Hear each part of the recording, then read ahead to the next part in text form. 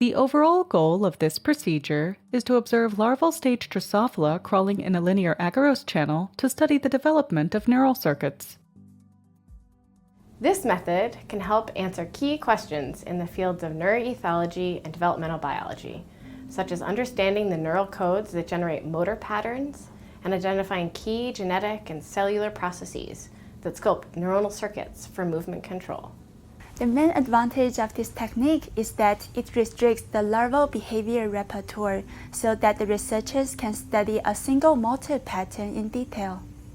Demonstrating the procedure will be Zarian Marshall, a technician from my laboratory.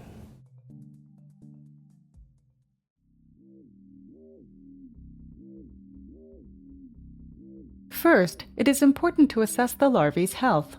3 to 4 days before recording, replace the collection plate of the adult cage. Proceed to do this daily and at the same time of day. Count the eggs and newly hatched larvae on the plate. The expected number of eggs is between 500 and 2,000.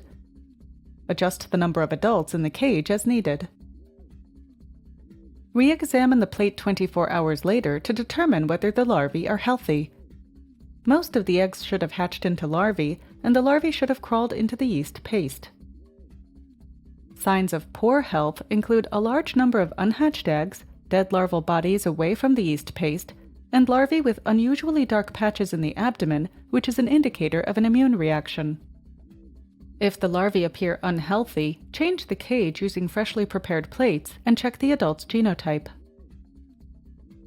For the experiment, collect newly hatched to second instar larvae from 1 to 2 day old plates.